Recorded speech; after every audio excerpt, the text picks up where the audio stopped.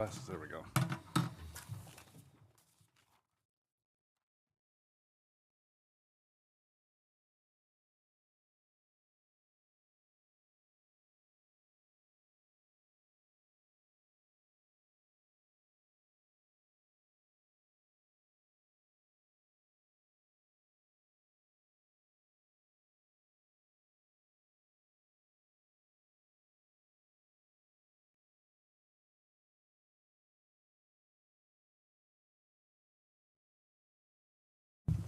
Roll call. Donald Alderman, Here. Brad Riddle, Here. Tim Bolliger, Here. Rick Testa, Mark Bertacci. Here. Okay. I need a motion on last meeting's minutes. We need to correct something in last month's minutes. We need to go over to page 3. And under the conditions, where we have the metal galvanized silver roof instead of shingle, I believe that should be flared columns, not angled columns. Or am I? And drop down to number 2 there, the same thing there as well.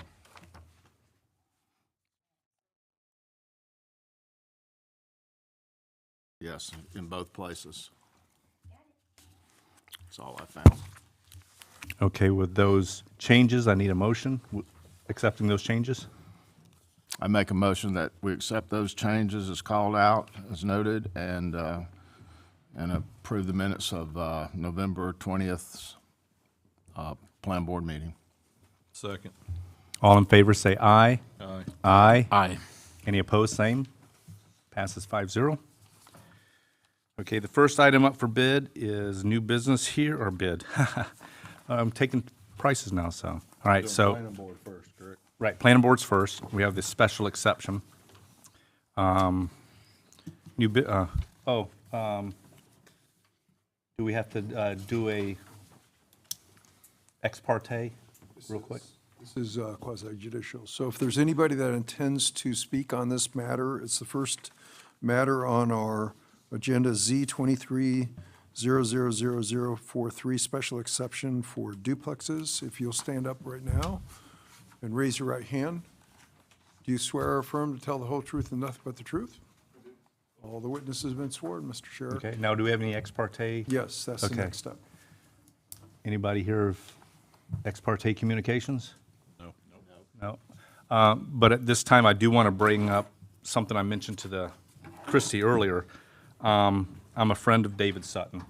I don't think it affects my vote in this situation, but unlike, I guess, some interpretations that, as in the Bible, it says, "Thou shalt stay away from evil and every appearance of evil," that if I'm thinking I should recuse myself, but after discussing this with other people, and that it's not really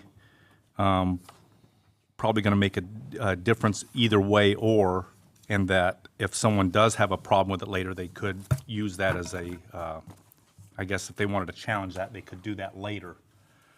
So I'm not going to recuse myself on this, even And though the I. standard, Mr. Chair, is, I'm friends with David as well. So, but I would not shade or change my legal opinion based upon that friendship. And if you don't believe that your vote is biased in any way because of that friendship, then you're entitled to vote. Okay, then I won't recuse myself on these items that are here tonight. Yes, sir. All right, thank you very much for clarifying that for me.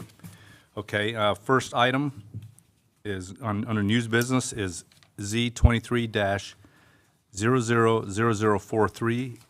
If the attorney would like to explain that to us, I guess. I'm happy to, and Christie's done a really nice job of outlining what the standard is that you need to decide on this evening. And basically, in the first part of the agenda, she has the application for the duplex, and then she cites to special exceptions for your decision-making authority under section 11.08.03.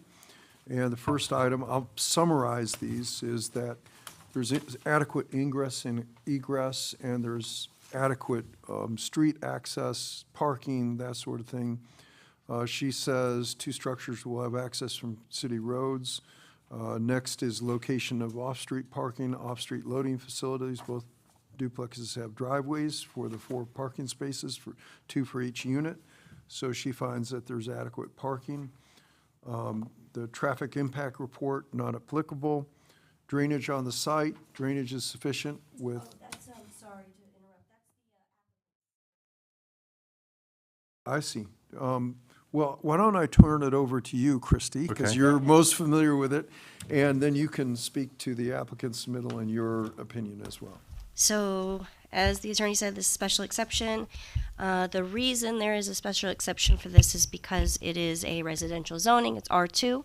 The last 2 duplexes you saw, which were for the historic board, it was a commercial zone property, so they didn't need to go through this extra step of being granted the use. They aren't a by right use, so they do have to meet all that criteria that is listed in the section 2.02.03 and 110803. So basically, in my staff report, I went over the different criteria. I offered some things that staff saw that might be a little bit of an issue moving forward that perhaps you could address through either adding conditions, which you're allowed to do. So things like there's been reports of a sinkhole on site. So I did receive another a phone call today. So I printed it out and I put it at the dais that did receive a phone call from a nearby neighbor that said it is a sinkhole. And so that would be the second person that said it. We don't have a geotechnical person on staff that can confirm. Could just be a depression, doesn't always have to be an active sinkhole. But we do recommend that be something that is investigated just for the safety aspect. Other than that, we've got the existing road. It's a dirt road. And not quite in the right spot. It could use some improvements if there's going to be more units on this site, especially if you're granting something special. Per our code, when somebody develops a vacant parcel, the developer is responsible for road upgrades if it's not meeting standards. And let's see, what else? The next section kind of just talks about how a use needs to be compatible with the area. So I go over what's in the area. In all the adjacent blocks, there's only single family. But if you go 2 blocks out, you'll find the duplexes that you guys are used to over in the commercial district. Then I also talk about the original structure that was on one of the sites, because this is a parcel that was split. I also touch on landscaping because there was an issue where the site was fully clear-cut. And so our recommendation, if you wanted to move forward with the special exception, would be to have them do some sort of landscape plan, get some of that greenery back in there. It was a good buffer and something that helped with it being there. Also, I went over examples of historic structures within 200 feet, because the code also talks about those, that it should match the area. And so I had a few suggestions on that following your guys' recommendations from the COA from the previous duplexes, things like the flared columns, larger porch, metal roof, things like that. But you all can add in whatever you'd like on that if you see something that is a feature that would work better, like the shakes and things like that. Other than that, we do have the applicant here, so if you have any specific questions for them, they're available, and I'm here as staff to help. I have an initial question regarding R2 zoning. Yes. And just kind of looking at this from forest from the trees aspect. So like reading the resolution, we're talking about a special exception to an R2 district. Like what does R2 generally allow and why is it an exception? So generally R2 is single family. I don't really know of any other uses that are not single family there. You can't do multifamily usually or anything like that. The reason it is now a special exception is because a couple years ago we changed our allowable uses table. We added in the option for a special exception in the residential districts. So is there, sorry for my ignorance, you're but fine. is there such a thing as an R1 district? Yes. And what's the difference between R1 is and R2? low density residential, so you'll see that on the fringes of the city mostly. It's the larger lots, very low density. Sometimes it does have utilities, sometimes it doesn't. The main core of the downtown is, you know, the R2 zoning. You'll get a mixture of R3 in there, which is the more dense version of that. And then we have the commercial corridors, which are usually C2 downtown. So R2 just allows for development on smaller lots and to allow for duplexes? Yeah, it can allow for duplexes, so it has to meet that specific criteria, but it can now allow for duplexes. It didn't before. When was the change made? 2 years, 1 or 2 years ago, since I've been here, and I've been here 3. So sometime in that, because we've changed the table a couple times. So it was, I think it was the most recent one or the one right before it.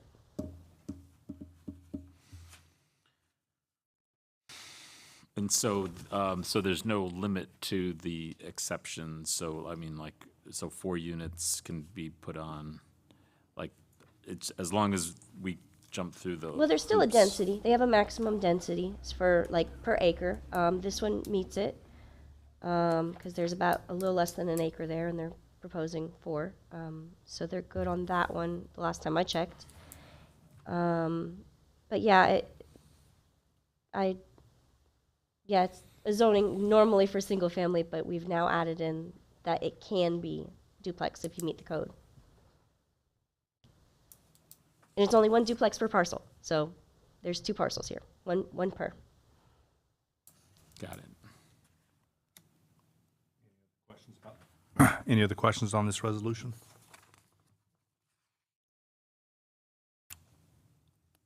Why was the lot cleared 100% other than a couple little orange trees? I can't answer that. It was the applicant's choice. He was told he needed a tree permit for any trees coming out, told not to clear cut, and it happened over a weekend. And staff found out afterwards because there were reports coming in of downed trees, and we went out to look.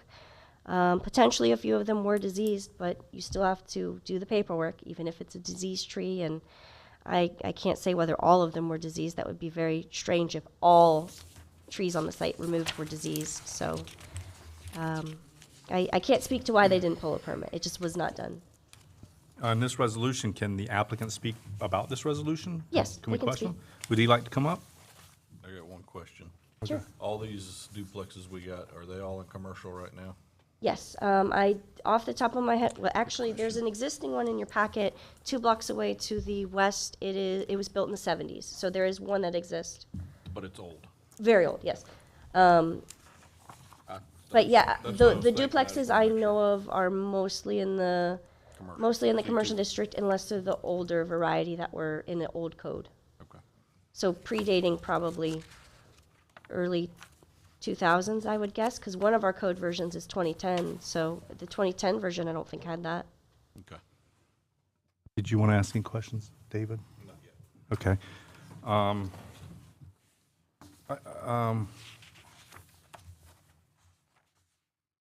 Kind of lost in this. The resolution is to allow the duplex, correct? A Correct. duplex So area. if And then you- we still have to worry about the duplexes on top of that, correct? So the special exception is for the use only. The resolution, it does say approval, but that's generic. They always say approval at first unless you Right. deny them or add, so if you add conditions, it will be edited to reflect your conditions. And then if it is approved, the historic board will look at the architecture. Okay. So 2-parter. Now, this resolution doesn't go before the commission, though, does it? No, the special exceptions are approved by you all. Okay. I did not see no signs while we were out there. Did you post it? So I asked the North Central Florida Regional Planning Council what is required, and signs are not required for special exceptions. So it was a certified letter that was sent, and I do have the receipts for those. The neighbors within 200 feet. Okay. Hi, David, how you doing? I haven't talked to you in a while. Yes. I do have a question. Is there a reason why it was cleared and not permitted? I think I'm not gonna mention their names, but they might be friends of yours, I don't know, but the people who did the house demo, to get in there, to get to the house and to clear it, they had to take out some trees, and I think they just got a little excited after that going on, because I did not authorize that. They just kind of went, so And you'd be willing to, and Oh, I have no problem landscaping. Landscaping and building it back? That's not an issue at all. That's part of what we want to do. I don't know if y'all recall from the last time I came before you over at the Civic Center for the demo permit. This piece of property is not just any piece of property. It's a piece of property that's dear to my dad. He came home from the hospital to that house. And so there's a lot of history there, and it's not just, we got it, it's investment or anything like that. So this is a family legacy project for us, and that I want to bring that property back to the beauty that it once was. I'm not sure how long many of y'all have been around here, but I have vague memories when my great-grandmother lived there of beautiful St. Augustine grass, azalea bushes, where the yard was maintained. After my great-grandmother passed in 1984, my great-uncle received the property, and he had somewhat of a hermit collector lifestyle, and therefore it began to grow into what we were all familiar with it now. But our plan is to bring it back in and make it a beautiful piece. It kind of is a blank canvas now, but I have no problem, even putting trees, live oak trees on the property. That's something that we wanted to do. we've got a couple reports of sinkholes. Do you have any verified sinkholes there? No, and I'm curious that it's amazing all these people call up and they know what a sinkhole is. And who's calling, what's their expertise on this? Just because you see a low area doesn't make it a sinkhole. Now, if we need to call out a geotechnical engineering firm, but again, this is just more money. We're behind on things, but I'm willing to do that to satisfy the needs, but it's been there for 100 years that way. It's just been a low depression in the area. It's never fallen in, caved in, even with this heavy rain that we just had. I went by there today, solid as can be. I didn't see any personally when I drove by a few times. It does look like a depression. It's just a low area. Just because it's a low area doesn't make it a sinkhole. Right. Now, I tried to go back and find it, and I wasn't successful. When we were giving you permission to tear down the home, and we were discussing what your possible future did, correct me if I'm wrong, I thought you were going to put 2 single-family homes there, weren't you originally? No, we were going to do duplexes. The initial Okay, like I said, I had to go check and I couldn't find it. The initial plan was to split the lot 3 ways. Right, put okay, that's 3 what it was. duplexes, but according to the city, that's considered a subdivision, and the cost that they were wanting us to pay out, the Mid-Tower came back with a list of 17 things. And they included a topographic survey, 250 or 500 feet out, done at 1-foot elevations. The cost on that's a little bit ridiculous. I mean, and along with that, road improvements everywhere, it made it very financially unfeasible for us to help the city and improve living when we were tasked with that kind of burden. So we reduced from a subdivision of 3 lots to just a lot split. So we would not have to do those things, the same things that a 100 lot subdivision would have to do. Right. Okay. I'm done with questions. Anybody else? I have a question. I went by the property the last couple of days after it rained, of course, and I noticed that, I'm not an engineer, but I noticed it's very obvious that all the water within a couple of blocks around that, what they call the sinkhole, whether it is or not, everything drains to that point. There's 2 lots there. The lot number 1 is higher, and the lot number 2 slopes down to that depression. Yes, sir. And I noticed there's washouts across the road, and just from my, uneducated mind, I'm not an engineer, that would make a great retention pond. That's what we were thinking as well. That second lot. Well, not the whole lot, but Well, that, if my question that being is if you're, obviously aware of what I just said, there's water running into that one corner of the lot. So will you have to come in, or are you planning to come in and bringing, multiple tons of fill to level that lot? multiple tons, no. We were wanting to, how do I say this, not dedicate that northeast corner at that intersection of 189th Avenue and 243rd Terrace as a designed retention area. You know, where we would go in and slope it and sod it and do those type of things so that it would be our property, but it would be designed as a retention area for the surrounding properties and the roads. I have not a problem doing that at all. Now, that lot, I don't know if you have copies of it, is the larger of the lots. It goes from the east end about 2/3 of the way west.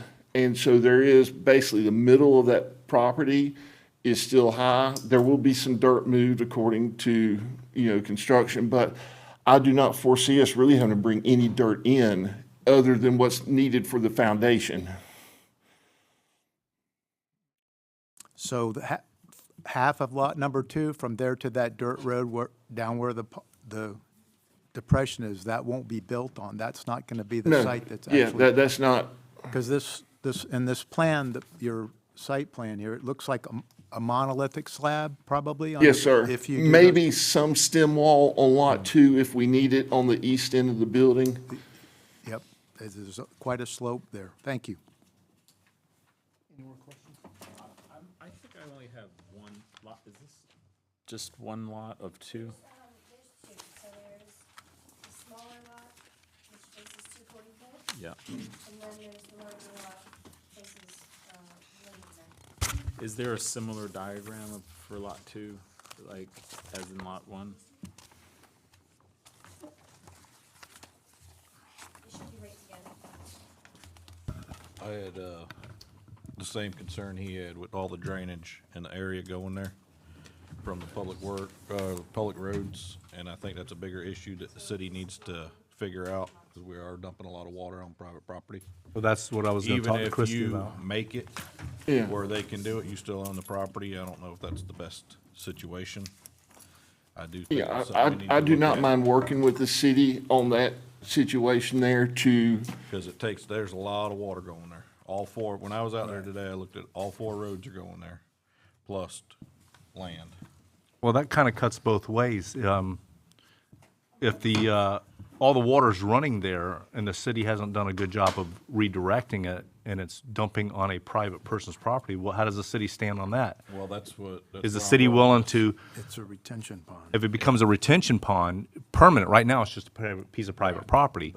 What about if the city makes a deal with them to take care of that property as a retention pond and deed it to themselves? It's the only I'm pla- not sure yeah. we'd have the staff to do that, to take care of a retention pond that, is part of a subdivision, but you can't alter your drainage in such a way that it then floods other people's properties. So this is a naturally occurring drainage area. So the roads went You in. can't fill it and cause flooding for other people around you, so that's not allowed. So So would not I'm- recommend fill. so to be clear, the city's point of view is I'm stuck absorbing runoff from everywhere else. Yes, it's existed that way. And that's not a problem, and I'll work with the city on that.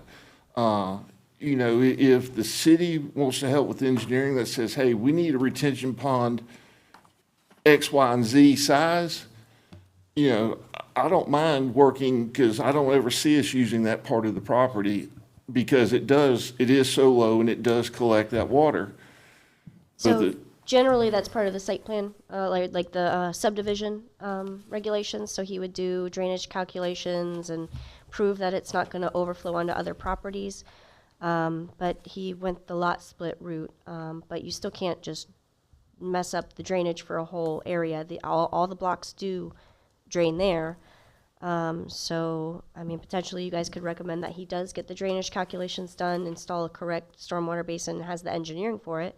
But I would still say confirm it's not a sinkhole first. Well, at the bare minimum, if he didn't use it as a retention pond and just left it natural, it'd be doing what it's doing now. Correct. Correct, but I don't know how the development will affect it.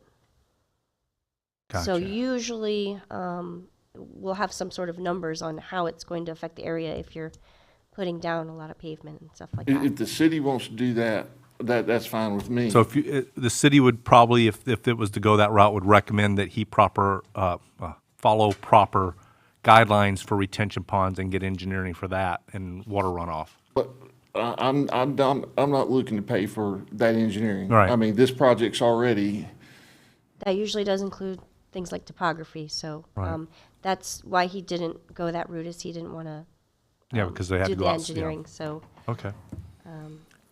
Any more questions on that? So the individual that sent the email in regarding sinkhole on site, did she have anything to back that up?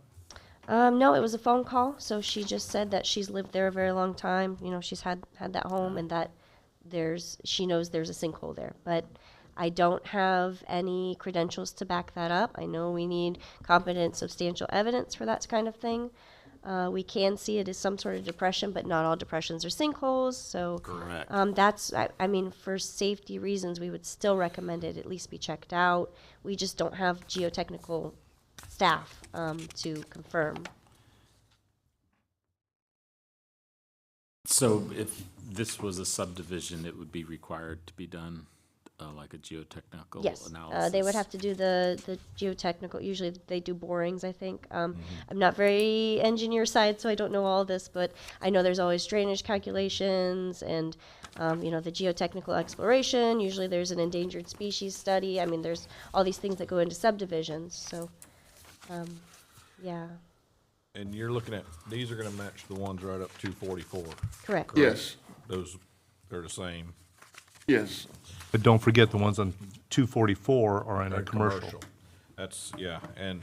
And even though those ones we just approved were in commercial, they went more rustic But they're and. still on commercial. Correct. Right, but they did concede and went the more Correct, rustic and yes. less sterile route, let's put it that way.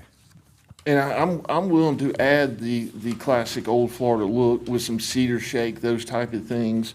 I did look through and see, I don't know if we're on the historic preservation part or not, but the historic preservation part, maybe it was planning board, no, historic preservation basically looked for us to change our whole floor plan and move our front doors closer together. That, again, we're getting into things financially feasible for us at this time. The cedar shake, the look that's shown in these drawings here, things like that, I can add obelisk columns, which are from old Florida look, but have to redraw our floor plan to this, again, we're getting into things that, so I can add the aesthetic elements to it. I don't mind doing that. We're already, I drove around there today and there's quite a few new homes that have just been built that have the same look we do in the historic district. David, is the floor plan the same as the other duplexes up the street? Yes, So this is not a unique floor plan? no, So then the costs probably were minimal to get these floor plans? yes, and that's what's helping us create this project, because we all know right now, interest rates are not in anybody's favor and building materials, but we're trying to create this project and, bring some affordable housing to High Springs. I take issue with that use of the term, by the way. I've been in affordable Well- housing, and it's market rate housing, which is not. We'll say market, afford- you use Mark- it, Yeah, market rate housing is not affordable housing. There's no restrictions on what you're gonna charge. You're gonna charge the maximum market rate. So let's just be clear that it's not affordable in the traditional affordable housing sense, but it's just basic, Be honest, entry-level housing. nothing's really affordable nowadays anyways either. Yeah, But I it- just, Yeah. I've heard that thrown around, and it just kind of feels very inaccurate. That, we can use market rate then. Yeah, I mean, I agree, there's a very big shortage of housing and rentals, for sure, but just be clear, it's just, to me, it's not affordable housing. That makes sense, but it is like, you did clear it up, it's rental housing is we're a desert for rental housing around here.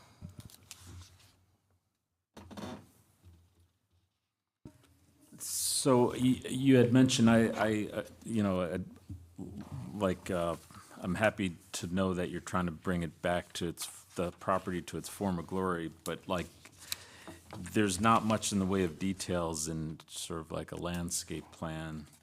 Like, there's no SketchUp or. I don't think it was really required of us at the time for just doing this. There's a reason I didn't focus on it, but I'm happy to come back and there will be more than what's done down at the Old Boney Motel property, because number one, that's a lot bigger lot we have, so it'd be kind of vacant if I just left it. So there will be, most of the landscaping will probably be done on the bigger lot on the east end where there is more room. The west lot along 244th Street is fairly small. So there will just be plants and shrubbery, that type around it. But on the south central part of the property and along the east end, would like to landscape that more. Which is possibly the proposed sinkhole or? Yeah, the east end is the lower part of the property, specifically the northeast corner of the property. Christie, that would actually come to us when he produces the site plan, correct? The landscape plan? It would be part of this, so Oh, there- your, okay. it can either be part of the special exception or the COA, which you'll see later if this Right. is approved. So under the special exception, is this where we make all our recommendations, or is it when we go to the, Depends, I mean, it depends on what you're wanting to recommend, but, yeah, I would say you could put them all in the special exception. That Now- wouldn't be a problem. Just a quick question on the special exception. Every time someone wants to do this, we have to do an individual special exception just like this, if someone else wanted to put a duplex in there, correct? Correct. If it's in the R2, yes, under Gotcha. current code. Okay. So this is not covering all of them, it's just covering this one project. Right, yes. This only affects his property. It's not giving anybody free reign to do a bunch of duplexes in R2. This is specific to his 2 parcels. So for your like if you're recommending certain conditions be applied, they should be specific to these pieces of the code. So like whatever you're trying to make better, like if you say that, oh, the road is no good there, so you don't meet, sufficiency there, and you want it to be upgraded to code, I would say put that in the special exception because there's a part of the code that deals with access and roads and things like that. So, or if you're doing the landscaping, there is a section of the code for special exceptions for landscaping. So, which I do quote them in here for this certain recommendations and things. But yes, you have full control over it in the special exception. You don't have to wait till the COA. Okay. Is staff recommending the special exception? So our recommendation is at the end of the staff report. It's one of 2 things. So either if the application is exactly as it is, no changes, we recommend denial. If there are changes to alleviate some of the issues we saw, we would say approve with conditions. But if no conditions, we recommend denial. So I got a couple concerns. I appreciate what y'all are doing by getting duplexes in here. But one concern is if we approve this one on R2, we're gonna start having everybody tear down these old houses and be filling up with duplexes on R2, because how can we approve one and not the others?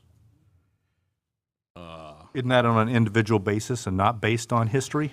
When it comes to the historic a district? section in Well, but we're here. talking about this, changing of this. We're not even at the historic part yet, though. If anybody can put one on R2, Right, but they still have to come back with one of these. correct, but what's gonna keep us from denying anyone else? You could go to every R2 lot now and tear down a house and build a duplex. So they would still have to come to you all. They'd still have to meet all the criteria. There is a section here that says, it's number, hang on.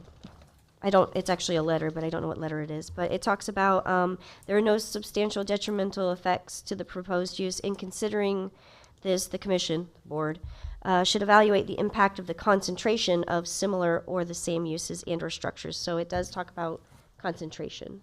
I mean, and, if I lived in R2, I don't know if I'd want duplex next to me, because that's why I bought an R2. Gainesville tried doing this a few years ago where they took all their property and was gonna make it multifamily, and it ain't right to the other homeowners. I just don't wanna get us into a spot where people start coming through and wanting to tear down their house, because now you can get 2 rents on the same lot as one. Right now, everything's in commercial, and I feel that's where we need to keep it. And I appreciate you all doing the duplexes, because we do need them, but I think we gotta have them in the right place. kind of specifically, is it the structure itself? Or? No. What it is 2 doors down can tear their house down now and put a duplex in, because if they meet these criterias, we can't deny them because we approved you. We're making an exception for you Why should you deny us Yeah, for your, because it's. the ordinance right now is you can't have a duplex in R2. Right. That's the ordinance, and that's what we're trying to change. That's what you so guys what, want us what's to the, change. my question is, what is the problem? If somebody tore down an old house and built a new house, The people that live in R2 bought in R2 because they're single-family homes. If I owned a house in R2, I would, and we make exceptions for you to now build duplexes in R2. So if I Let me build- finish. We make exceptions for you, and the next guy 3 doors down comes back and says, hey, I want to build a duplex, I can get 2 rents now. And I'll move somewhere else. And he meets all the qualifications. We can't deny him because we just approved you. So now you could have a neighborhood full of mixed use. so if I built a 4-bedroom, 4-bath house, that's okay? It's single family. All right, but Yes. it's the same structure. It's single family though, and that's where I'm going. You have single family, you have multifamily. Everything in R2 is single family. So I'm just trying to look at, for everybody across the board, all the neighborhoods. That's just the way I feel. I'm up here for everybody in High Springs. I'm not up here for myself, not up here for you. We're here for everybody. And I don't want to get us in a bind where we have to start, we can't hold nothing back and we have duplexes everywhere. You're stopping a tidal wave and what could happen. Correct. Even if it may not happen, it could happen. Yes, it might not, or it could. So, Christie, I have a question. So, where he's proposing to put these duplexes on the back side on 188th Avenue, you have 2 single-family homes back there that are very modern looking. I don't know when they were built. I didn't research that. Were those old historic homes at one time on those lots? Do you know? I don't know. I'd have to research it. I'm not sure what was out there prior to any of the newer buildings. I do know that the historic district hasn't always been enforced very well with the type of architecture, has some weird boundaries to it in the historic district anyways, so I'd have to double check if it's in the district, outside of the district, when it was built. Was it during a time that we even did the permits on it? Did we have the historic district in code? Because I know we haven't always had it, and there was a gap in time for COAs. But I do know there are a couple of more modern homes mixed in there, but there are still quite a few of the historic homes left that are contributing, and those are the ones we like to focus on when we look at compatibility. It's the district, what we want to keep, the harmony of the district, the older homes.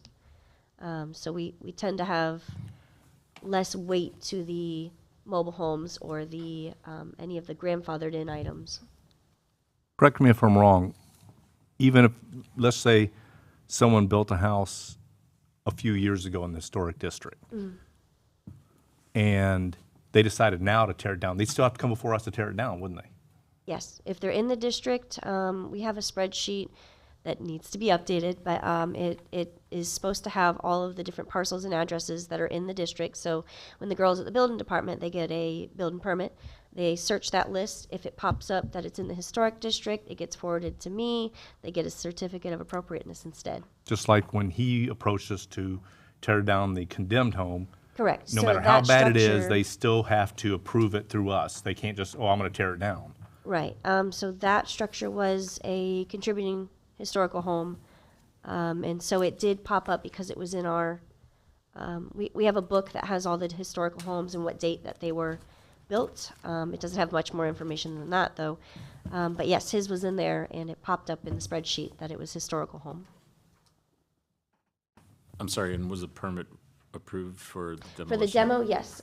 So the plan board did, historic board did review it, and due to financial constraints, not being able to bring it to a livable, I guess, It would have taken a lot of money, is what we were told from the applicant, that it would take a lot more money pouring into it than he could ever make out of it. It wasn't feasible to keep it. So they did demo it, split the lot, and have moved forward with special exception.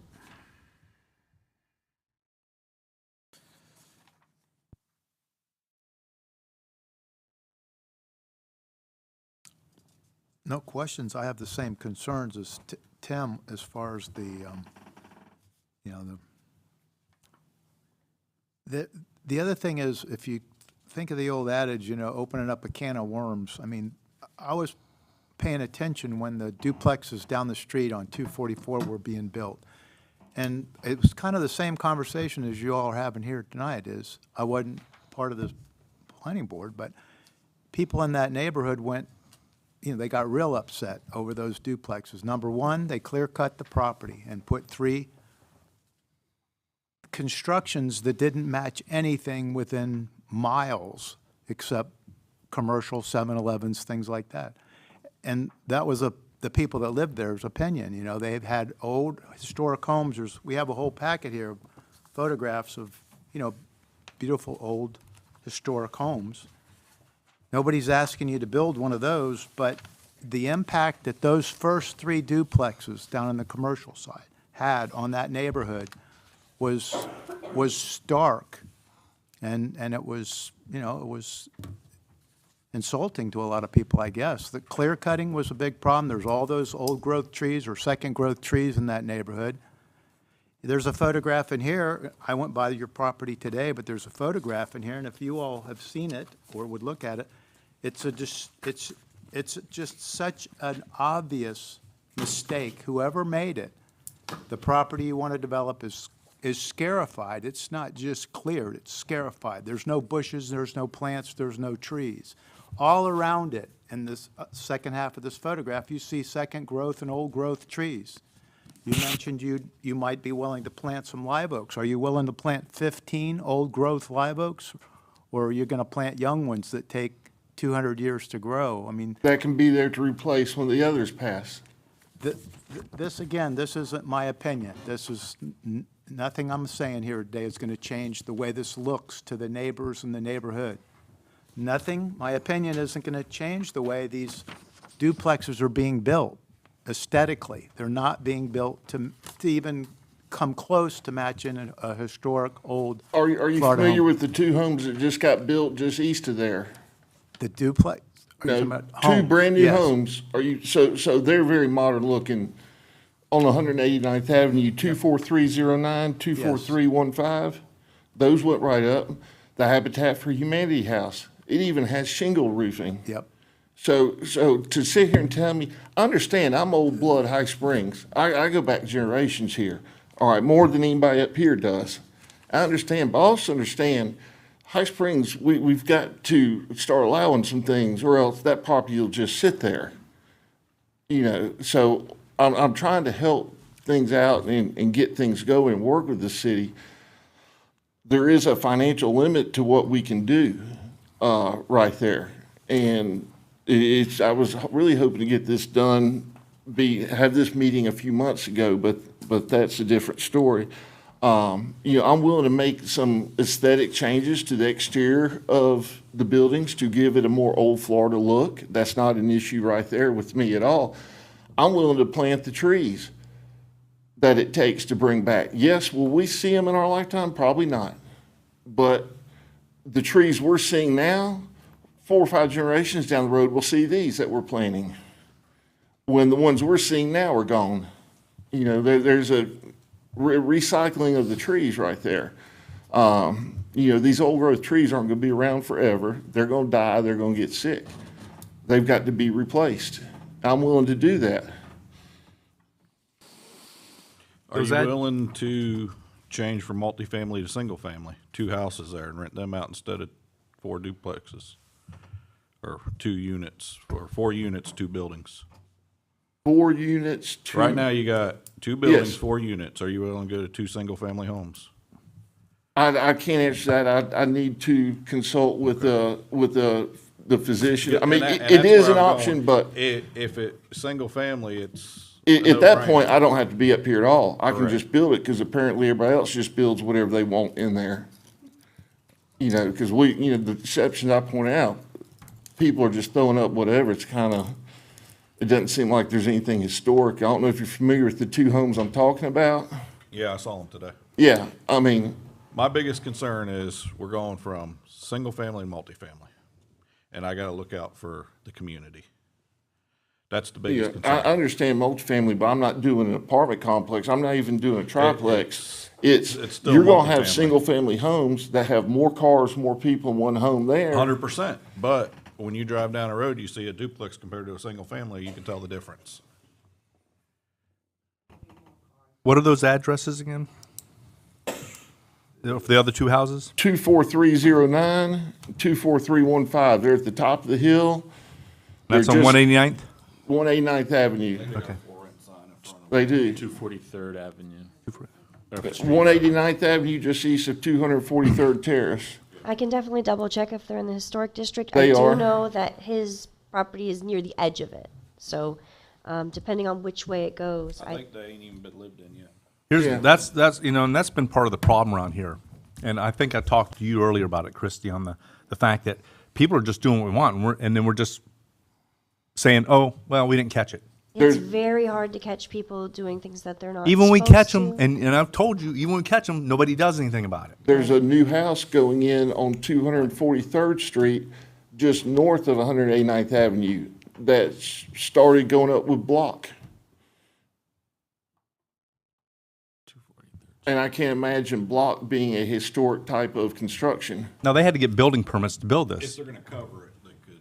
How does that not come through us True, first? So, if it didn't trigger a building permit, then that would mean it's not in the district or it's an error on the spreadsheet. So the spreadsheet was made 3 years ago and it was by hand. And it was difficult to create it because we have some conflicting information in our maps. There's a map that's in the LDC. There's a map that's in the national entry for our historic district. And then there's also a second map in that. So the original version that I created it from was from LDC's version and the original, like the national entry. Since that time, when I made that map, when we redid the comprehensive plan, Kimley Horn provided us GIS data that showed the map district that was a lot easier to read. We've not had the time to update the spreadsheet or confirm that everything was caught in there. So it could be a discrepancy in data. And this is to document old houses or the historic So the district? spreadsheet just has the tax parcel IDs and the addresses, if any, some are vacant, of all of the parcels that are historic district, like in the district. Even, okay, so Yeah. empty is the. And the then there are a building few not- outliers, so there are some that are outside the district but are registered structures.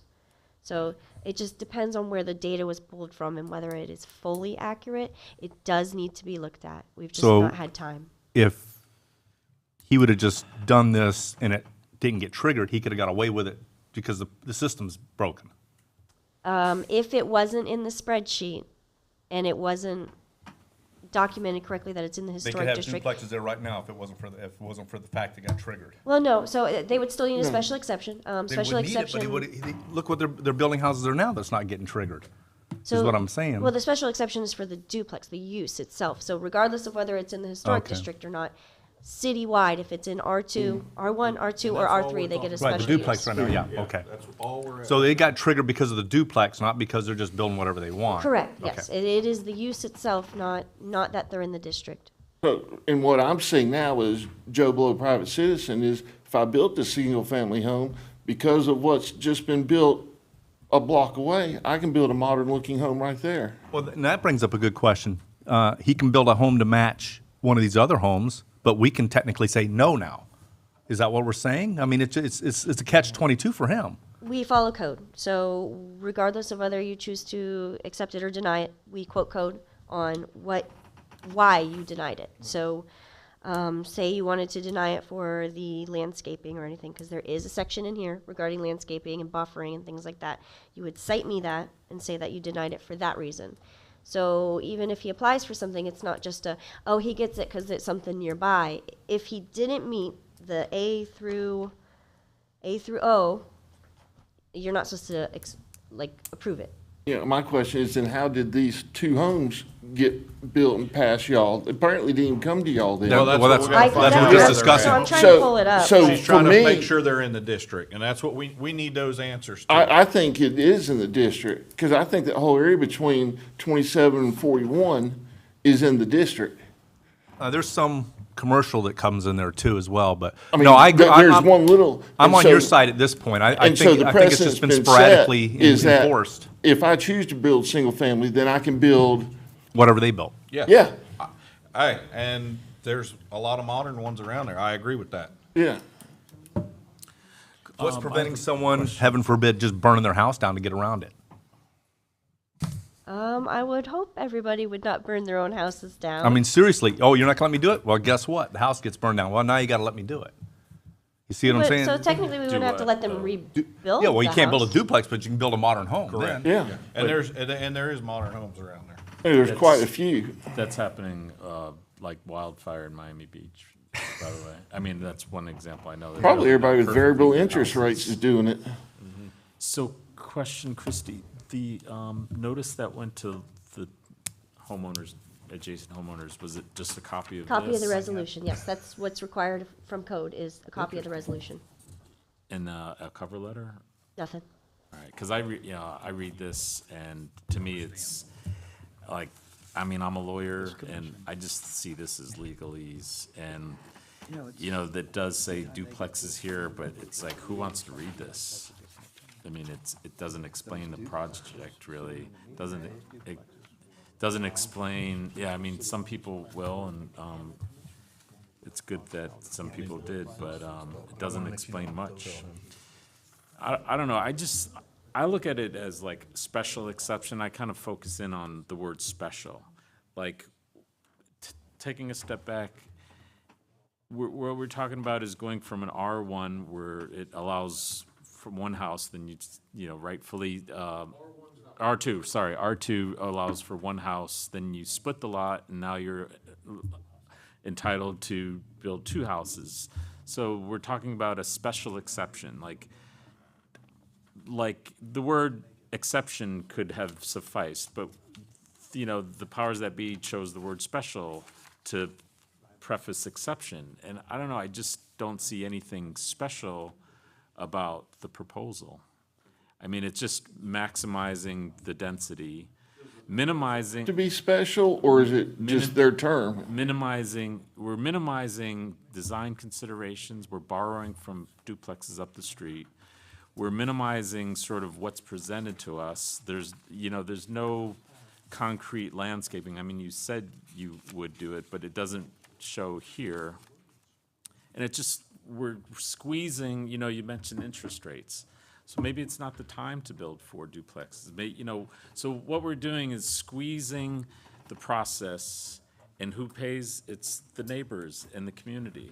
So we're trying to get as much out of the land and give as little as possible to the process and the project itself.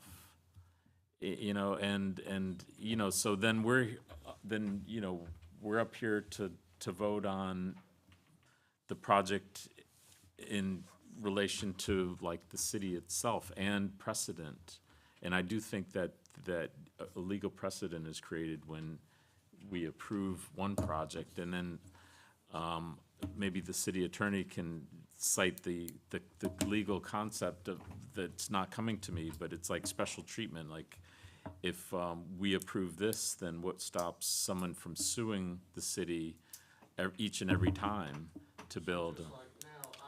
Whatever kind of house I want to build if I do single family, Well, that's. because that's the speculative. precedent's been set. That's, Up 24309, according to the entry for the, I'll show you the map in a minute. This is just the entry into the national historic districts. It is not in the district. It is right outside of it. And so my spreadsheet was created from this original map, plus the registered structures. So it's, map on the city's website for citizens? I don't believe so, but it is online. So The if you GIS search website, it, right? no, if you search High Springs entry, if you just go to the National Register, I'll have to look up the official name. The LCD map I looked at showed that entire area blanketed as historic district. Right, so Our the, residents can get to it and they know what they're going against. What about that other address, the 24315? I haven't looked that one up yet, I only looked up one. So it's called the National Register of Historic Places. If you search for City of High Springs in there, you can download our original package from the 90s, and it has that map in there that outlines which ones are in the district. Can put a link on the city's website to take you Yes. to that, I can actually just upload them there. just so, make it easier for the residents Mm-hmm. to get this before we go through all this, so they know. Yes, and I do need to update the spreadsheet I to would encompass say- the GIS I know you got a data. lot on your plate, but I think that's something because that's gonna take a lot out of Right, these meetings. and it might be It ain't easier fair now to that the I do. residents, ain't fair to the people on the board. Well, I think it's easier now that I do have the GIS data because I can just pull from the data. I believe I can run it, that it'll generate me all of the things, so I don't have to do by hand again. Because the first version was paper map by hand spreadsheet, and then we had the GIS data from Kimley Horn. So I should be able to modify it. It just still takes some time.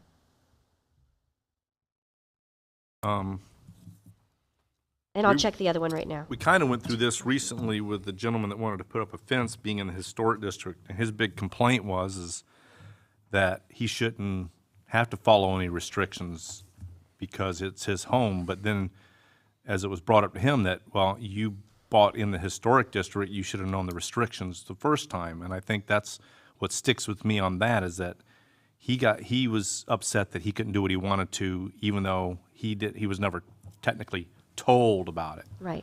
But the code is online for Right. historic district, so there's that. Well, that's what the problem was, is he was to educate himself on it. Also, I pulled up the other address. It is directly next to. They are together.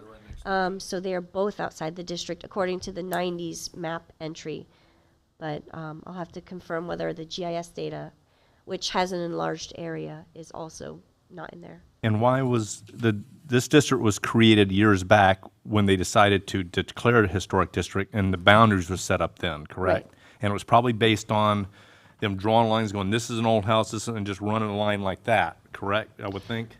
From what I can tell, I'll be honest, I don't know much about this entry when it was done. There's a lot of pictures. It has shaded in dots for contributing structures, and it has unshaded dots for non-contributing.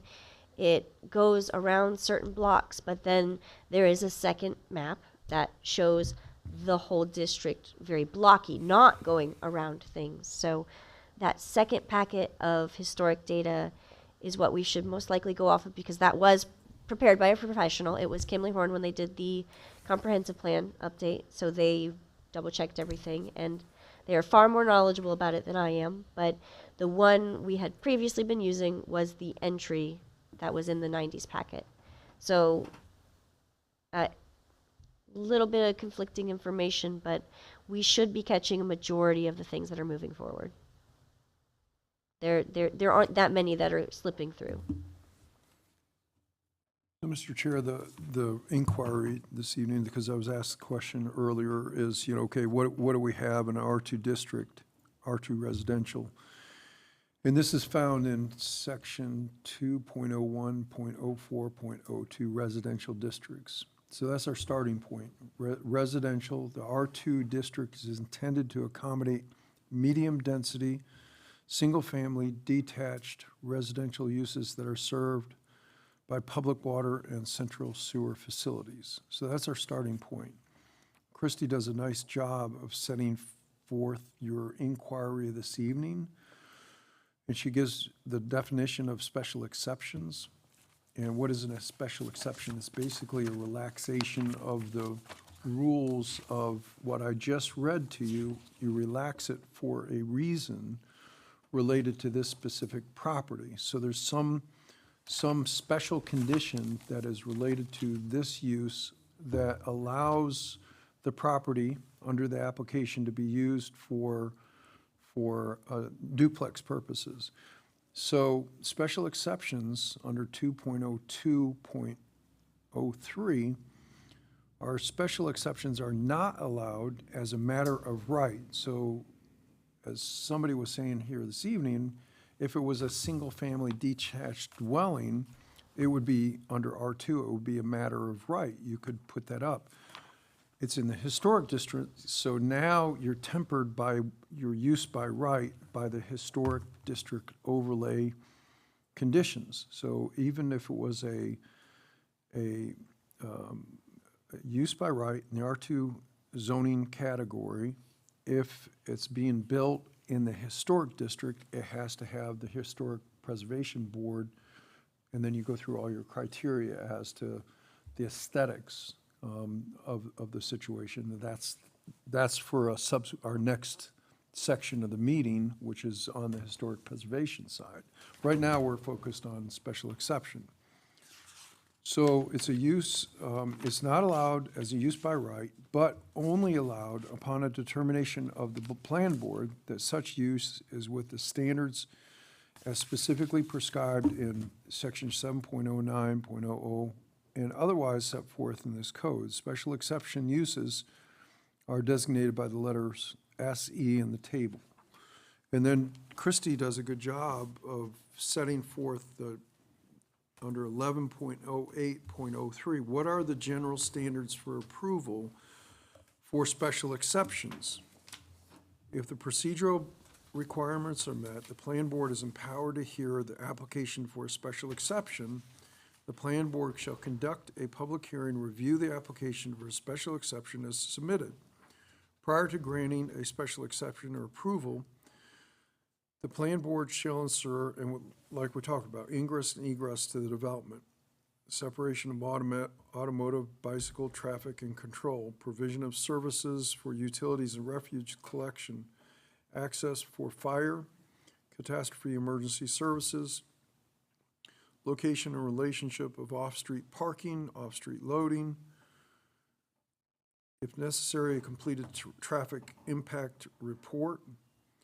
Drainage on the property is adequate with particular reference to the effects of the preservation or provisions of drainage on adjacent or nearby properties. Commission may grant approval as required by Suwannee River Water Management District, SWIFMUD. Any signs, the proposed exterior lighting, that's not really applicable here. This is probably the most applicable, the orientation and location of buildings, in this instance, one building, recreational facilities, not applicable, and open space in relation to the physical characteristics of the site, whether it's adequate, and the character of the neighborhood, and the appearance and harmony of the building with adjacent development and surrounding landscape will not be materially adversely affected. That's an important one, important issue for your consideration tonight. The intended use is compatibility, but it should be compatible with the existing natural environment of the site, historical and architectural sites, and properties in the neighborhood as outlined in the city's comprehensive plan. There are no substantial detrimental effects to the proposed use. Considering this, the commission should evaluate the impact of the concentration of similar or same uses and/or structures on property values in the neighborhood. There is no substantial detrimental effects to the proposed use. In considering this, the commission should evaluate the impact of the concentration on similar or same uses or structures on living and working conditions in the neighborhood. Setbacks, screens, buffers, general amenities to preserve internal, external harmony and compatibility with uses inside and outside of the proposed development that are sufficient for adequate control to adverse effects of noise, lights, dust, fumes, other nuisances. The land is sufficient, appropriate, and adequate for use as reasonably anticipated in the operations and expanses thereof. General amenities will complement the character of the surrounding area.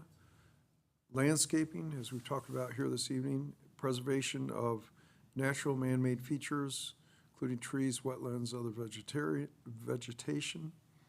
Development is sensitive to on-site or adjacent within 200 feet of historical archaeological resources to scale. Development meets the adopted levels of service, meets the requirements for certificate of concurrency by complying with levels of service, water, sewer, parks, recreation, drainage, traffic, and schools. If the property is in the historic district, so if the special exception is approved, a certificate of appropriateness is also required for architectural colors, et cetera, with regard to the historic board agenda for that month. So that's your inquiry, is to take this set of rules and then apply that for this part of it just as to the site use. Then we go to certificate of appropriateness, and we talk about, does it meet the criteria for, and you all have been through this many times before, as far as the aesthetics concerned, and Christie generally puts together a bunch of photographs, pictures of structures in that area, and you make changes on design, colors, you know, all that criteria. I know there's been discussion about the types of pillars on porches and all that sort of thing. So your decision tonight is you have really three options. You can approve it with conditions under option one. So you can say, David, I want you to do these things to make this work. There's been some discussion about landscaping. I want you to come back with a landscaping plan, whatever that is. I want you to come back with greater specificity as to how this is going to sit on the site, exactly what the elevations are, how this is going to go to the, with the depression area. So you have the ability to approve it with conditions, and you can go through each one of those items and say, I want this to be a part of the resolution that is with those conditions. So that's option number one. Option number two is to deny it and to say why specifically you're denying it. That you go through again that analysis of all those things, that this is not in harmony with the other structures in the site, it's not compatible, it doesn't have the requisite, whatever your beliefs are in that, applying these criteria. If you deny it, it ends here, and you won't go to the historic preservation because it didn't meet step number one. Option number three is to say to David, go back to the drawing, we're going to continue it to a date certain in the future, go back to the drawing board, address the areas that we're concerned with, come back to us with another plan, and then we'll evaluate it under all of these criteria. So those are your three options that you have, and it's your collective wisdom that you look at this and then apply it with these set of regulations. But that's what you do, and that's why it is called a special exception. It's a relaxation of the rules for this specific purpose. Thank you. You're welcome. I have a question, Christie, real quick, based on some of that stuff. His property that he currently has, how far away is it from the edge of the historic district? Is it right on the edge, or is it several blocks away? Right on it, the edge, according to the one map that I have. I mean, is there a house on the opposite side of him on the edge, or is he the actual edge property? Let me pull back up. So he is, hang on, let me count his, what number block, 1 second. Right. Well,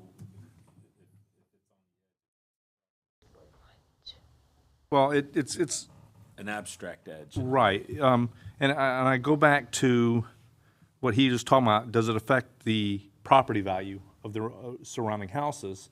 And then I come up with, many years ago, a friend of mine took me to show him a house he was going to plan on buying. And as we walked up the house, I looked down the street and I said, you got a couple of duplexes right here. I did. And by his own choice, he didn't do it, but I mean, it was something that I did notice. So I've got an answer for you. He is on the edge of the district, but he is in a cluster of contributing structures. So there's a line that goes down 244th that is all contributing historic structures.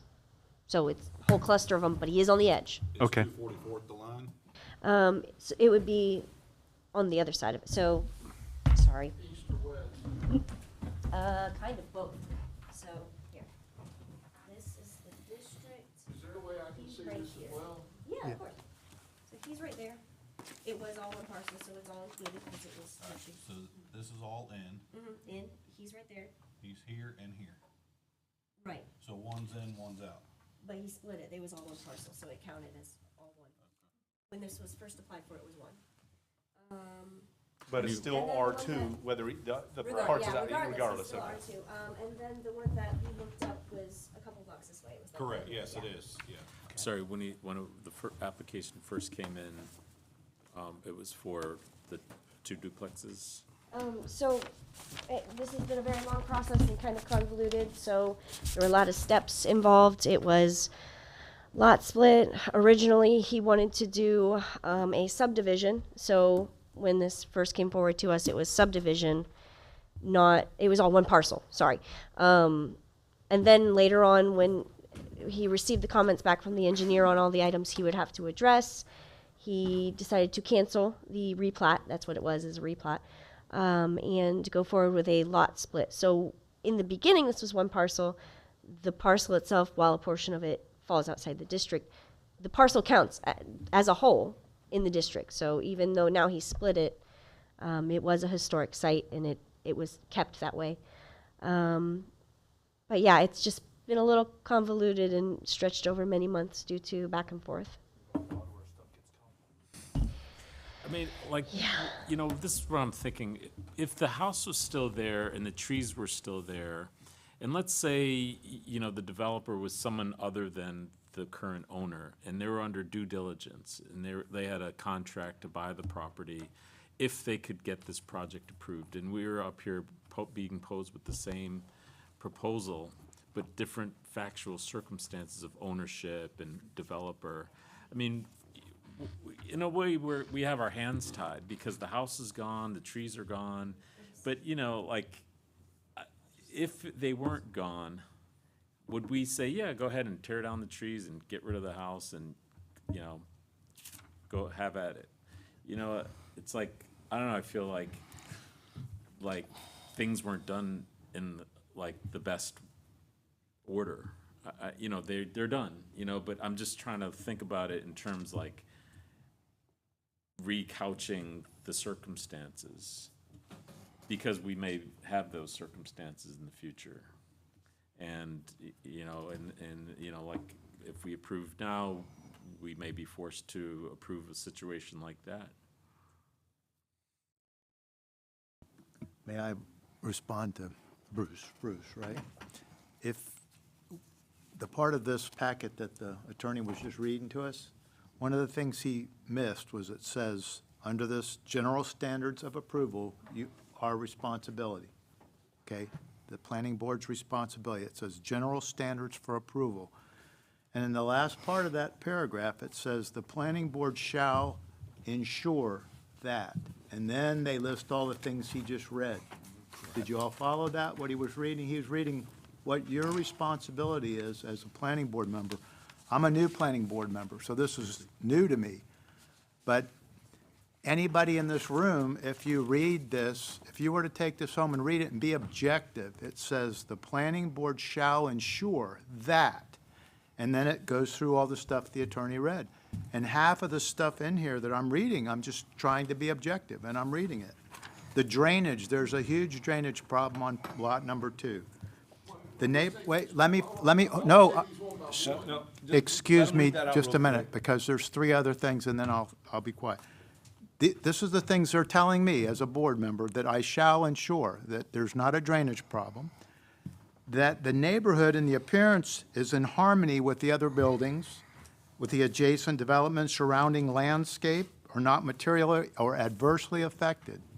Right there, if I was home sitting in a reclining chair by myself and I read that, I would go, there's no way that we're gonna move forward with this project because of the clear cutting from the beginning. There again, I'm gonna repeat it a couple of times. The planning board shall ensure that. And you turn the page and it goes on, and there's 2 or 3 more things I could read that says if I'm doing what they're telling me I'm supposed to do as a planning board member, the general amenities, the complement and character to the surrounding area, no way, because the trees are gone, the lots are bare, and you're gonna build a modern duplex, two of them. preservation of man-made features, including trees. And again, I'm just repeating what he read, but if you read it again and you remember the words, "The planning board shall ensure that," that's all I have to say about it. I cannot not be objective because I'm reading it. Why don't we let, anybody here in the public want to speak on this? All right, why don't you have a seat real quick, let's let them speak for a quick second. When you come up, just identify yourself and then just direct your questions up here or statements.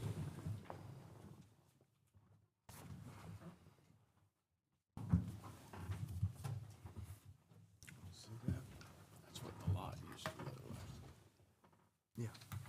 Oh, I know. Anybody can come up to the podium that wants to speak.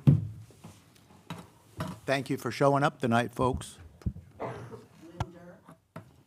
And one aspect of the economic considerations that wasn't mentioned is the fact that the reason why there is a historic district. And I think High Springs wants to be considered historic to draw tourists here. So it's not only that the neighbors are happy with it, it's has to do with bringing in economy in another way, not just housing. So that's all I have to say. I think it also has to do with certain tax things too as well. If there's a certain historic district, the city's under a less strain or something, if I'm correct. I think we had a section that was done that way. Is that correct? Do you know? I'm not too sure on that, but I do know, depending on our historic district, we could potentially lose our designation. But it also helps if we can apply for grants and things, and it'll Right. be the district. There's a is financial gain by having Yeah, it. by having the historic. district, yes, it's something we're a registered district. All right. Anybody else?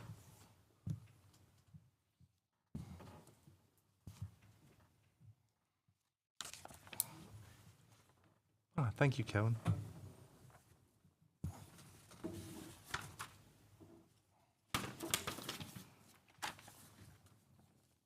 I have a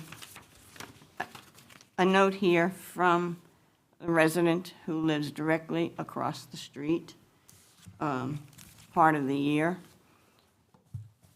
And it's from Susan Pacheco.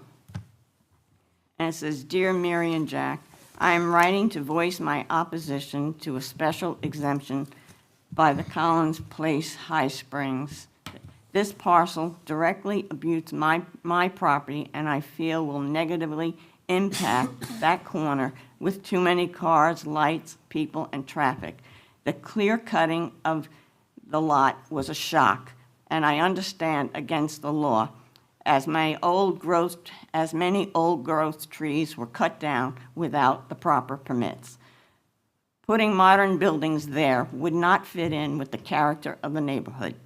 I oppose." And she writes, "I give Mary Lynch the authority to read this to the board tonight." So that's. Thank you very much. Okay. Christy, are we going to read the other one into the record too? The one that I placed up there is from the same person. It's from Oh, it is? Susan. It was a phone call that I put down in an email for you because I didn't know So she was she's going to have on the letter. record now, okay. Yes, she's in All the right. record. Thank you. Go ahead. Okay. Now, may I give a brief history? Okay. We've been here 15 years. I first met Mr. Bobby Sutton, the father, years ago. And we had, at that point, the old house was still there. There were the most beautiful orange and grapefruit trees that you could ever have tasted. There was one grapefruit tree. It's still there, but it is dying now because, Bobby had given me permission to care for the property. I also went 3 tours with David Sutton, and I pointed out all the good, juicy trees. That said, I told him, I said, the pomelo tree was the largest grapefruit tree in the world. Mind you, it is still there, but it is sick because it hasn't been cared for. Ma'am, could you just not look back? Just look this way. Okay. Anyway, so our little tours went on, and then I said, "Well, how are you going to address, the older house? It needs a lot of work, but it's architecturally, it's really cute." And he told me, he says, and I also know the history. Mike Collins had said there was a sinkhole back there. Mr. Sutton said there was a Excuse sinkhole. me, Sir, just wait. There was a, called to object or hearsay. Oh, okay, but. all right, you can object, hearsay all you want, but Mike Collins said it. So anyway, Give her a little more time because the other one was from the other person. Go ahead. Anyway, yes. So we were looking at the property, and then David Sutton said to me, "Well, money trumps feelings," meaning it, whatever they could earn, it didn't matter to Bobby Sutton either, or the family. So anyway, that went on. They did a roadway in front of those orange trees for the trucks to get in and destroy, tear down the old house. There was no other reason to go any further to destroy the fruit trees. We have to listen to this. So yes. So then they went on and clear cut. And I said to one of the guys clear cutting, I said, "Can I mark a good orange tree, the only one that's going to be left?" So he said, "Yes, go and mark it." So I did. I put a caution sign around that one. There are a couple of old grapefruit trees there that are worth nothing. They're just, I don't know what they are. They're just cross-pollinated or whatever. They're not worth anything. There's just that one beautiful orange tree and the sick pomelo tree. This should not happen. All right, thank you very much. And we live right, we're the neighbors, right Okay. across the fence line. All right, thank you very much. Anybody else want to speak on this? Hi, my name's Diane Kraus. I'm actually here on behalf of my son and daughter-in-law, daughter and son-in-law, who live directly catty-corner to that property. They're very concerned about the multifamily duplexes that could possibly be built there, and it would change the whole character of that area. Also, the drainage. And the two houses up the street that were built out of the historic district have not been rented in a year, so I don't know why and why these duplexes would be any more rentable. Basically, they bought the house about 5 months ago. They weren't expecting this to happen. They could see a single-family house going up there, but this was not what they expected to happen, and they are concerned about property values and traffic. And I also agree with Mr. Tapanis about the R2. Why should there be an exception?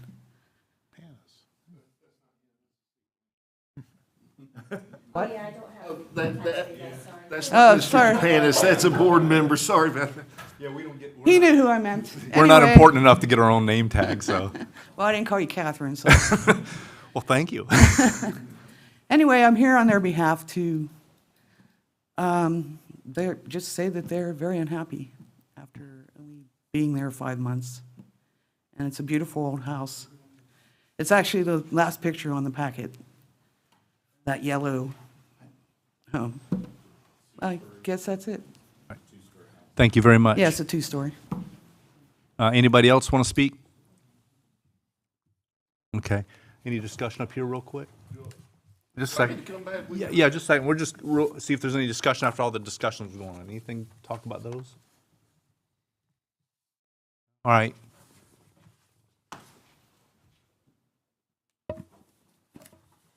Can we go back to this gentleman and go through his list of things he's talking about? Go right ahead. The drainage, what was the problem with it? To me, it drains just fine. What's the problem? there's a drainage problem. I mean, for the How, neighborhood. how is there a drainage problem if Because- it collects the water, it does what it's supposed to do? As it rained the last couple of days, the amount of water that came down through, cut across the roads, the dirt roads, heading right for that one sinkhole there.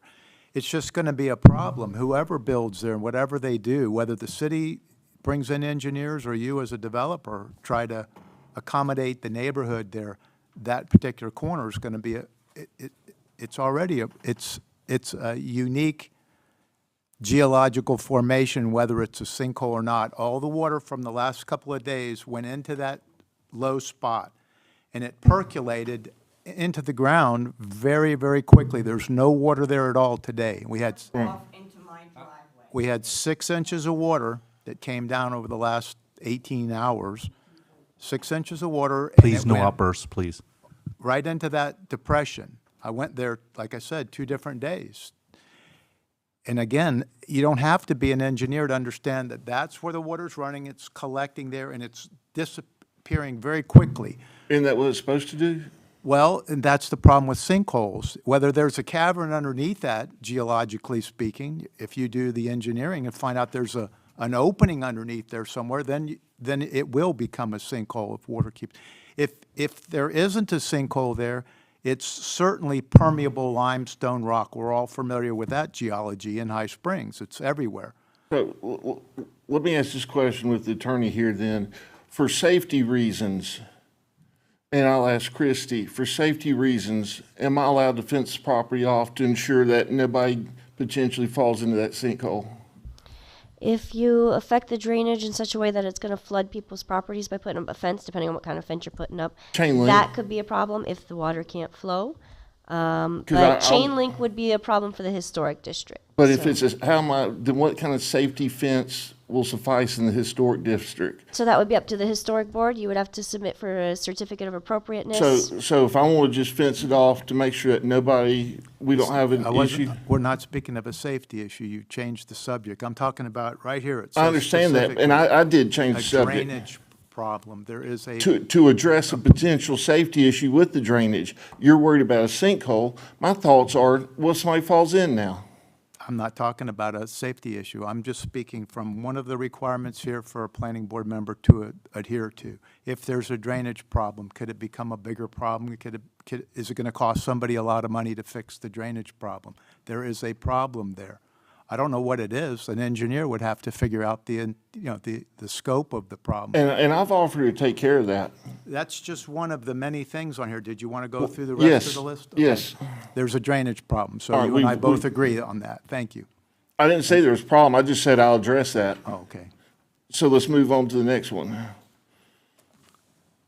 Well, I think the other one that's not really addressable is the impact on the neighborhood values to the neighboring properties and the incongruent nature of having 2 duplexes surrounded by single-family homes. That you can't address. How far out do property values affect others? 2, 3 blocks?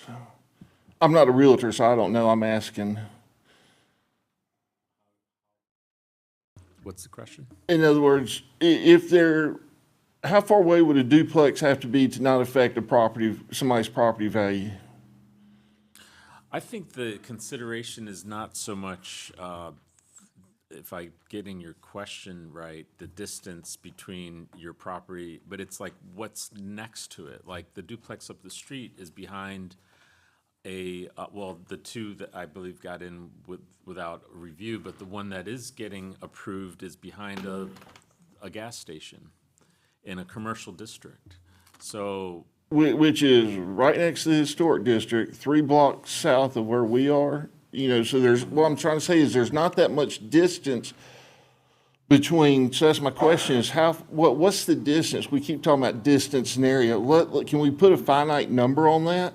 That's what I'm curious about. I think different estimations, there's different ones for that.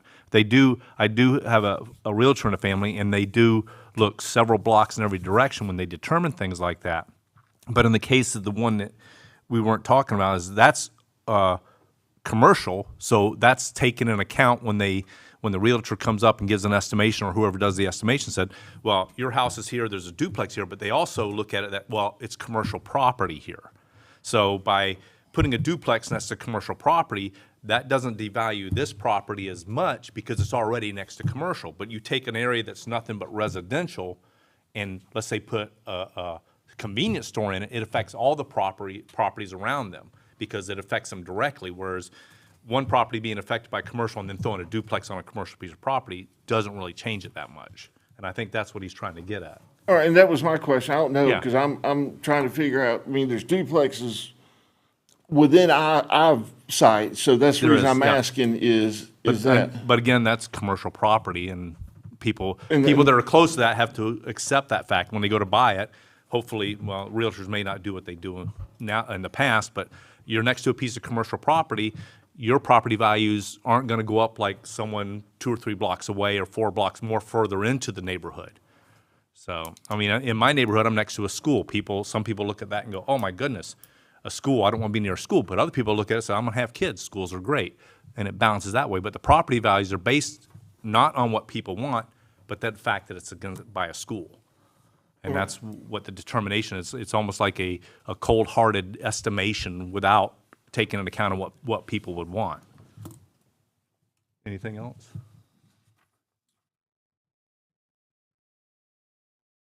Property value, any house that butts up to this is gonna be affected. It butts up to a duplex now. The drainage issue, I don't think that's so much your issue. I think the city's got a drainage issue over there on the roads. Yeah. And unfortunately, it's going on your property. So I don't have no concerns with that. I think that's more of a city problem. My biggest concern is changing from allowing something into R2. And like I said, if you were here for single family, it wouldn't be no issues. You wouldn't even. Do I have to come for single family? No. You would have to go to the historic board, but that would be it. Same tomato, same group? Well, you wouldn't have to have an exemption. Correct. You don't have to. Yeah, have but I it. still have to come here. Yes, yes.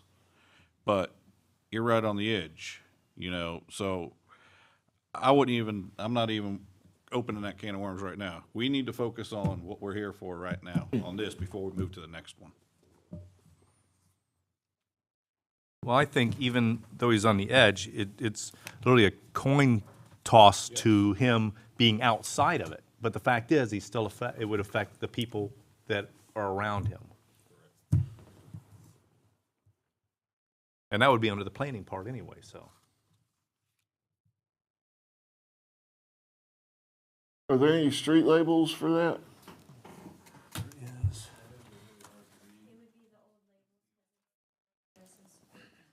There's 9th Street where the mouse is at 244. Go up to the top of the screen, Kevin. Right, down, right up to the right. Next one up to the right. Up. One more up. On the There, to corner. right to the. To the My right. right, your left. Go right to your, nope, the other way. There you go. Right there. That's it. Of course, that still shows the original Bingo. contributing structure, Right. and it was one parcel. And now it covers both parcels. Yeah, well, Or covers- catches both of them because they were one. Right. So let me give you one more address then ask, how did 24374 Northwest 188th Avenue get?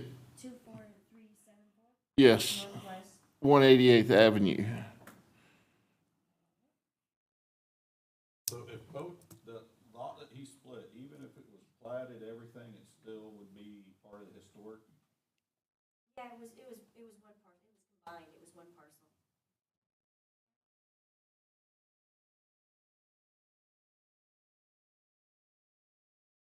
But even if it wasn't in the historic district, if he was putting a duplex in there, he'd still have to come here. Correct, yeah.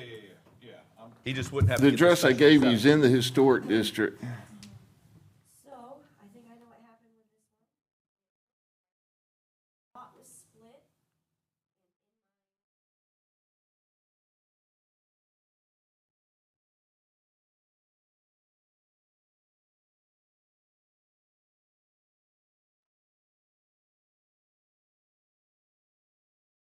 So this looks like a case of somebody splitting a lot.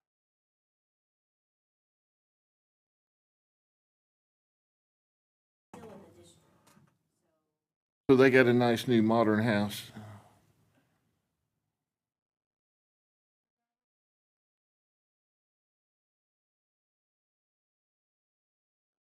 What's the penalty then if you don't follow code and you just do whatever you want? That's to me, the big thing is what's to keep me from coming up here? I'm trying to do the right thing. That's Right. why I'm here tonight. But what's the penalty for these people who don't do the right thing?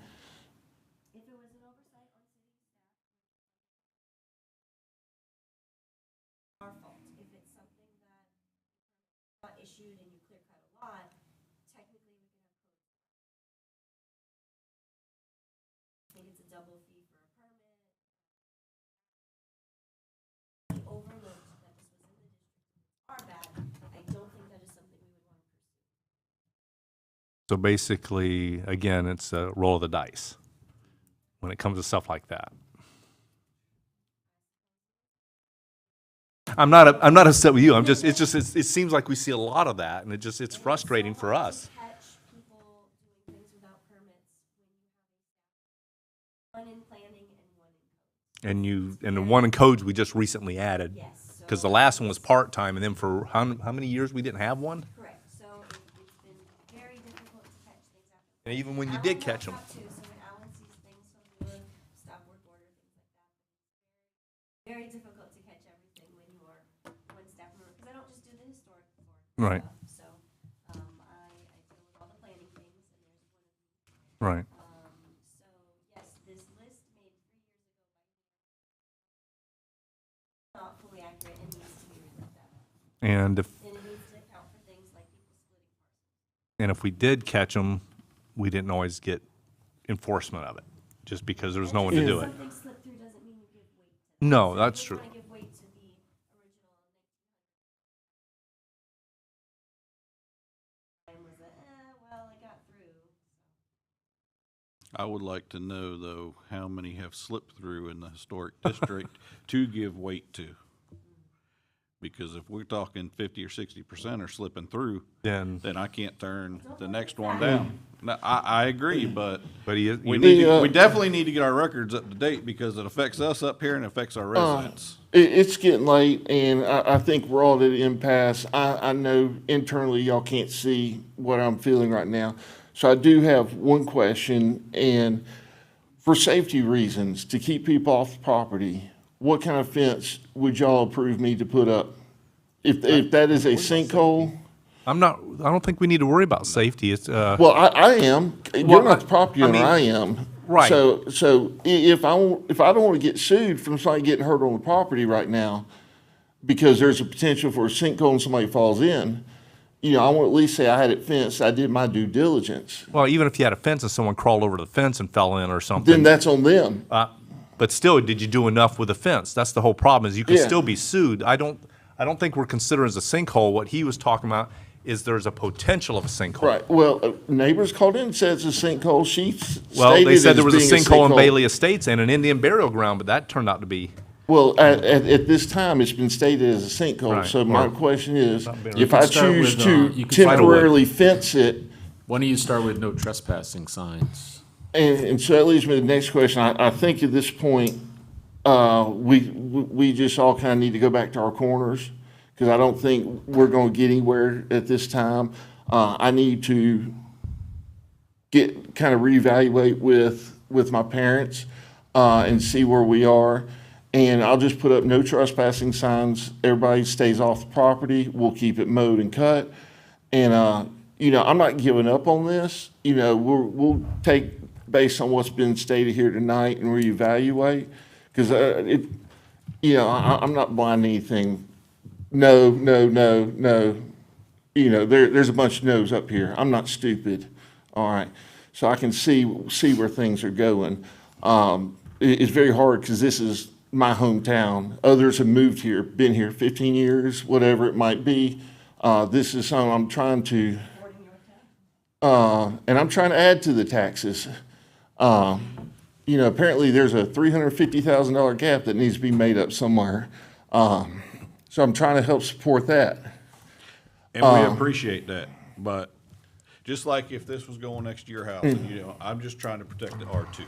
That's all I want, that's all I'm You concerned see, about. I have no problem, because to me, it's what, but there's homes that are just about as close to this you see in some of these subdivisions now. So there's, to me, it's what's the property gonna look like? Because there are some single-family homes, by God, they've got 10 cars out front. I'm not gonna argue with that. 9 of those broke down. What would I rather live next to, a cleaned-up duplex that stays well, or a single-family home that's got 9 junkers sitting out front? You know, so it is I'm what. just saying, if I was to buy an R2 for a single family, that's what I'd want it to stay. Yeah. Unless we were changing all the R2. If we were changing all R2 across the board, it'd be one thing. But I don't want to get us in a war down the road. Yeah. We ain't got the money now to fight a war down the road. You know, there were some things said earlier regarding my Uncle Mike. I don't know if they're true or not. Mike wasn't quite there with it, so you can't take what, We're not worried about Ma'am, that. ma'am, please. No, ma'am, please. I see you're requesting basically for us to table this, but it's Yeah. up to the motions that are made here. So what we'll have to do is, I guess we have, Can I pipe in with a little extra info? So I was mistaken on the one that I said was lot split. Yeah. So I just pulled up the information on the permit. It was pulled in 2020.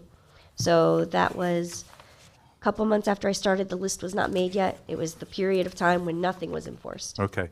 So at this point, with our discussion, we can Do either we have need more. a date to table it? If we or can table it, just it's a- table it to the future? No, you have to table it to a date certain, or say no, say yes, or yes with conditions. I got one more quick question and a comment. The comment first is, she has been absolutely fantastic to Oh, yeah. work with. Yes. The one complaint I have is, she might have said it, but the planning council, she has had a difficult time to work with. And I don't know if y'all have any power. Christie is great to work with. I couldn't she's ask for amazing. anybody better. She's overworked and just does a tremendous job. She's very timely in answering my responses or answering my questions with her response. The planning council, North Central Florida Planning Council, is what's held this up so long. I was told, would not respond to her. She couldn't get a response. She's busted her butt to try to help us. So my next question goes, if I was to table this and bring back a different idea, does it have to go to them, or is this something that you can work with? Well, the So attorney, I do it's have not to up to him to provide it. table it, is it? It's up to, because the resolution's already here. We have to do that. I think the applicant is requesting it be tabled. You all have to take the Take that under action. consideration. Right, and take that into consideration. I would suggest that there seems to be a lot of questions here tonight as to this application, and I think David's recognizing that. There's a number of experts in our area that can address more particularly all of these questions, both the geotechnical aspects, and there's a number of planning and engineering firms in our area. We're blessed with that have engineers that could speak to the hydrogeology and the nature of what it is that's created the depression. It could be an old sinkhole that's been basically capped and covered over and has no danger whatsoever. It could be, there's any number of things that could be related to the geology on that. But what I hear this board saying is we don't know what's there. So that would be one area to answer. The nature of the compatibility, that's what planning staff can do. They can look at compatibility issues and design the structure, whatever the structure is, so that it has, and it meets compatibility issues, and look at it with respect to the harmony of the surrounding area. So depending on what the applicant wants to do with this project, there are, and understand, I recognize that I'm opening your pocketbook at every step along the way and saying, spend more money, spend more money. And so you have a choice to get further delineation and expertise to bring before you to answer some of these questions in the future, or you can take a shot at something else. And, you know, you guys are open to whatever that is, but I just want to put that out there, that a lot of these questions that are being asked this evening, there are engineers that this is what they do specifically. And Christie knows who they are, and I know who they are, and can give you a list of at least 5 of them right off the top of our heads. David, then, if they do choose to make a motion to table it, would you want it at the next meeting or the following meeting? 1/16 or 2/19? I would say at least February, with the holidays coming up, Right. it's going to be. Or would it be better to go to the next month, I March? would almost say March to allow, to get through the holidays, because I'm not even going to try it right now. Everybody's probably out of the office. That would give me the beginning of the new year to talk to engineers, try to get somebody out there to get those questions answered. It would allow me to, again, talk to That'd be- parents and decide, you know, and because this is a project that we want to complete, you know, so the lot does fill and trees do begin to grow, things of that nature. So, March, and again, I'll work with Christie. She's great to respond. If there's any change, or I can let y'all know as far as if it needs to be April, but the March sounds ideal to me. St. Patrick's Day's the next. Oh, we can't survive that. The next date would be on March 18th, and I was just making a joke that it's at the day after St. Patrick's Day. That's my son's 18th birthday, so. Oh, wow. Yeah. So that would be, if that's what they choose here, that would be a date certain for you then? Yeah, I could work with that. Okay. And let's just pause, you know, again, let me go back, try to answer some questions and get things to a satisfactory nature and see where we are on what to do. Again, I think that the last thing I'll say is I hate the fact that 3 parcels is considered a subdivision. Because I would have liked to have put, you know, 3 single-family homes I would have worked with. That would have been nice to do, but. Is that a subdivision? 3 single-family homes? So he took one parcel and wanted to change it. Can he get an exemption on the from being a subdivision? Okay. I thought that was a One now, little, one next year, one the following year. Doesn't matter, it would be separate parcels. I thought it was a bit silly that 3 in that circumstance is considered a subdivision. And I have to follow the same rules as somebody that's putting in Bailey Estates. Well, there's or- 3 lots on every block, or 6 lots in every block in my neighborhood. And his block's longer. It's because his was originally platted it became one, it was one parcel. Okay. And if you want to take that one parcel and split it back out into different pieces, you have to replat it. And I was looking at doing 3 single-family homes. And because we were told the subdivision and the requirements that came back is why we just did a lot split. Even if he went for commission, there's no way to change that. No, he has to follow the rules in place for getting engineering and things like that. But the original submittal for the replat stated duplexes as well. There was never Well, it should have been single-family, not unless confusion, but I would have done 3. But anyways, here we are, you know, let's work. We can't change the past. Let's work with what we have. And, you know, I agree with y'all, whatever action takes here kind of is a precedent for, but it's kind of screwed up how this imaginary line allows a home 100 feet away, those 2 homes to be built and look like whatever they want, you know, all because of an imaginary line. I agree with you. And I've been looking, that's why I was asking, you know, just for the fact that you're right next to one, what makes that much of a difference? But I guess at this point, I need a motion either to table it to the date we said certain, an outright no, or an outright accept, or accept it with conditions. I'll make a motion, we table it on March 18th. Do I have a second? wait a minute before he seconds that. All right. I need to ask him a question. Is part of your thought process right now considering doing something other than the duplexes? Yes. Okay. And the second question would be, do you think you need to do a geological study of that impression? I don't. Okay. I don't, I'm fine with the way it is, All right, but 'cause I was doing that to satisfy. Right, and I understand where the other board members coming from. I'm no expert. I personally don't think there's a sinkhole there, and I'll tell you why. Because based on the old picture of Google Earth and all the trees that were there, I think you would have seen that impression, and them trees would have been kind of swallowed up in there like most sinkholes and growing out the side of it. But that's why I'm wondering if you're gonna have a study done. At this point, the big thing is, if the community, meaning the surrounding people and the board, I don't think there's any magic word I can say that's gonna get a duplex through at this time. Even if, there was one, planning, I think it was in the historical packet, I've got two different packets here, that showed Well, at a this, duplex at with. this, I think that's a moot point, because we're Well, just waiting what for. I was saying is, Right. there were suggestions on how to do the duplex in here. Right. To make it look like a single-family unit.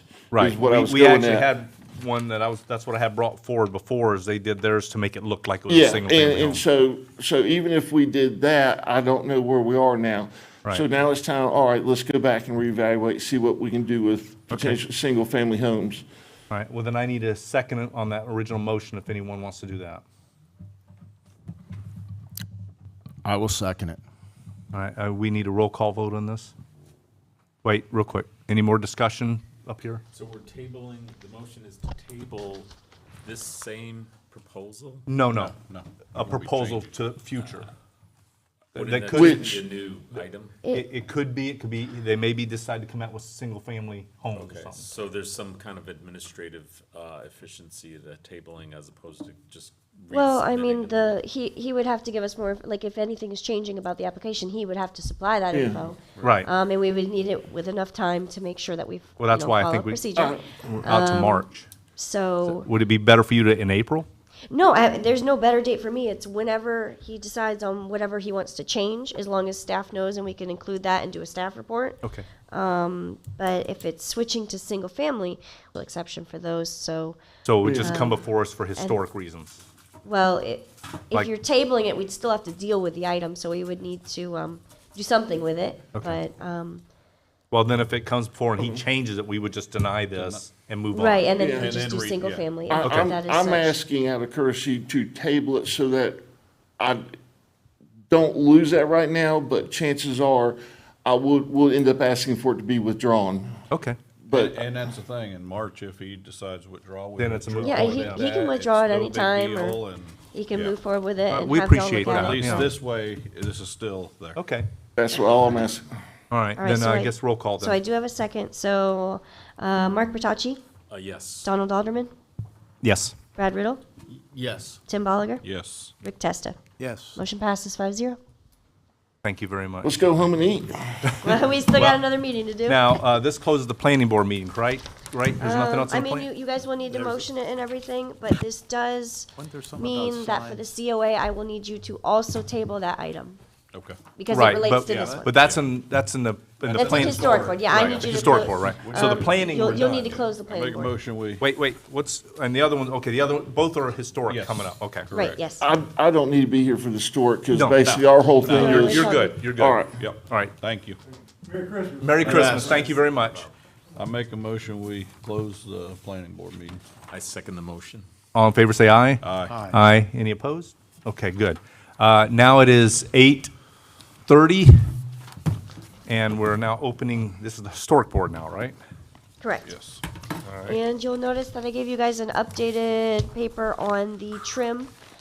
So the clubhouse whoa, that's a mouthful. The Clubhouse Athletics, who is doing the trim change from red to black. Right. They also wanted you all to review them changing their awning color, which is red, to black as well. So it would become very neutral, wouldn't have that kind of washed out red color. They haven't fully committed to it yet. They just want you to review it as an option that they could change it. All right, approval for last meeting's minutes first. Oh, yes, sorry. I make approval, or make a motion, we approve last meeting minutes, November 20th. I second it. All in favor, say aye. Aye. Any opposed? Nope. 5-0. Okay, now we're back to what Okay, she sorry. said. Item number 1, Z23-0000068, Certificate of Appropriateness. It's Clubhouse Athletics. So they did Right include across the some street. information on the signage, which they don't need COAs. You don't have to get COAs for signage, but I included it anyways because I want you to know what it's going to actually look like. But yeah, instead of just the trim, they want the option to switch the coloring of the awning as well. I don't see any issues with it. It's very neutral color black. There's already black trim out there.